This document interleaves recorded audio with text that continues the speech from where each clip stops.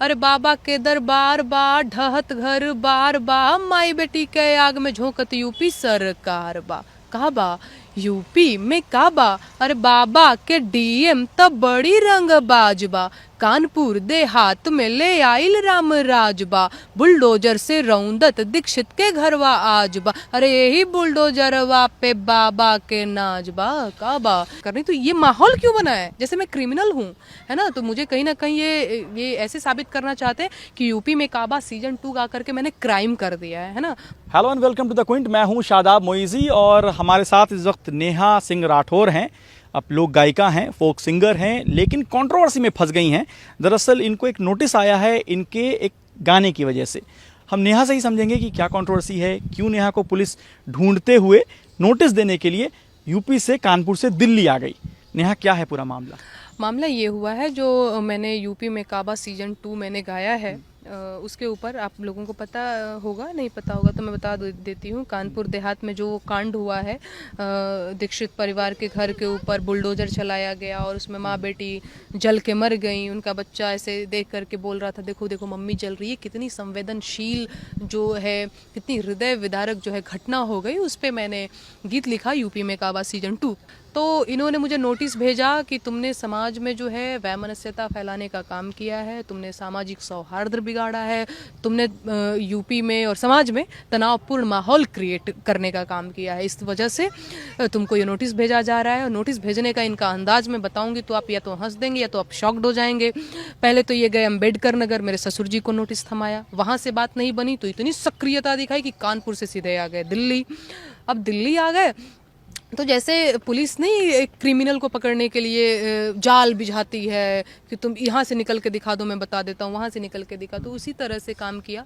मेरे हस्बैंड को कॉल किया और महिला पुलिस जो है वो यूपीएससी एस्पिरेंट बन के बात कर रही हैं, कह रही हैं कि हेलो हिमांशु जी, मेरे पति का नाम है, हिमांशु जी मुझे आपसे कुछ गाइडेंस चाहिए, क्योंकि आप तो कोचिंग पढ़ाते हैं यूपीएससी के बच्चों को, मुझे भी कुछ गाइडेंस दे दीजिए, फलाने जगह पे चले आइए, कुछ गाइडेंस लेनी है। तो हिमांशु ने कहा कि भैया ऐसे कैसे हो सकता है, आपको किसने नंबर दिया, ये सारी चीज़ें। तो हम लोग गए नहीं, क्योंकि ऐसे ही कोई मुझे बुला देगा, हमें बुला देगा, हम थोड़ी चले जाएंगे। हम नहीं गए। फिर 10 मिनट बाद कॉल आता है कि कानपुर देहात से हम बोल रहे हैं, हमारे ये दरोगा जी हैं, हमारी पूरी टीम आई हुई है, आपके खिलाफ जो है ये नोटिस है और आप इसको रिसीव करिए।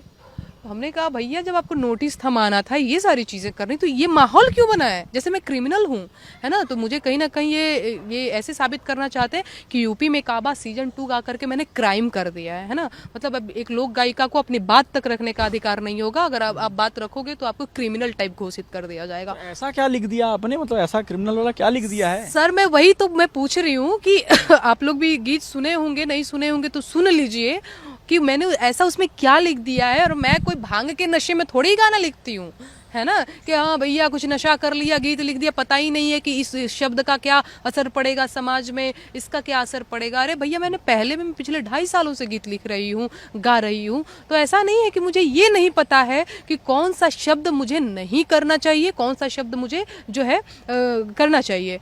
तो मैं पूरे होशो हवास में उस गीत को मैंने लिखा है और गाया है। और आप लोग भी देखिए, मैं दर्शकों से भी कहना चाहती हूँ कि आप लोग उस गीत को जरूर सुनिए और आप मुझे बताइए कि क्या सच में इस गीत में ऐसा है जिसकी वजह से समाज में तनाव फैल रहा है, तनाव बढ़ रहा है। क्या है गीत की, अगर 2 लाइन बता सकते? हाँ मैं 2 लाइन गुनगुना देती हूँ। अरे गुर्बत के मड़ई फुकवाद, गरीबन के मड़ई फुकवाद, गुर्बत के इलाज बा, लोकतंत्र के नाम पे भैया भैल कोढ़ में खाज बा। काबा यूपी में काबा, अरे आग लगी त हिंदू जरिहे मुसलमान बा, ए बाबा यही जाना खाली अब्दुल के मकान बा। काबा यूपी में काबा। दर्शक बताएंगे इस गीत में काबा कि हमारा के नोटिस इस्तेमाल कर रही हैं शब्द रंगबाज, अब्दुल, हिंदू, मुसलमान। हाँ। तो क्या इसी वजह से? मुझे नहीं पता, ये जो कर रहे हैं वो मैंने लिखा है, मैंने अलग से थोड़ी कुछ लिखा हुआ है। अब भैया रंगबाजी ही तो है कि घर में 2 लोग हैं, आप उसमें बुलडोजर चलवा रहे हैं। ये रंगबाजी नहीं तो क्या, ये असंवेदनशीलता नहीं तो क्या है? मैं बिल्कुल अतिक्रमण के पक्ष में नहीं हूँ कि अतिक्रमण हट रहा है, लोगों ने गलत तरीके से सारी चीजें किए हुए हैं, तो बुलडोजर और ये सारी चीजों के भी खिलाफ नहीं हूँ। आप करो, आप अपना काम करो, पर इतनी असंवेदनशीलता, ये तो रंगबाजी ही है ना। ये कहाँ से आपके अंदर इतना आ रहा है भैया कि हाँ हम तो कुछ भी कर देंगे, हमें क्या, है ना? नोटिस में क्या है, क्या पूछा गया है आपसे? आप कह रहे थे कि हंसेंगे हम लोग। नहीं नहीं, मैं उस पे वो उनके तरीके पे हंसने के नोटिस में क्या है? नोटिस में यही है कि आपने ये गीत गाया है या नहीं, आपके ट्विटर हैंडल से अपलोड किया गया है या नहीं, और अजीब ट्रिकी तरीके के सवाल हैं जो आपको पहली नज़र में लगेगा कि सवाल में तो कुछ नहीं है, पर वो बहुत ही दिमाग लगा करके लिखा गया है उस सवाल को कि हाँ बोलो तो फंसो, ना बोलो तो फंसो, टाइप इस तरह से। बाकी उस सवाल के जवाब मैं ना मेरे वकील से बात करने के बाद दूंगी। अब अभी अगर अगर ऐसे मैं पूछूं कि आप एक लोक गायिका हैं और अगर आपको अब जवाब देना हो सरकार को, नोटिस तो ऑब्वियसली आप जवाब देंगे आपके कोर्ट में और तमाम आपके जो वकील होंगे वो जवाब देंगे, लेकिन अगर आप कुछ गीत के हिसाब से कोई जवाब दे दें?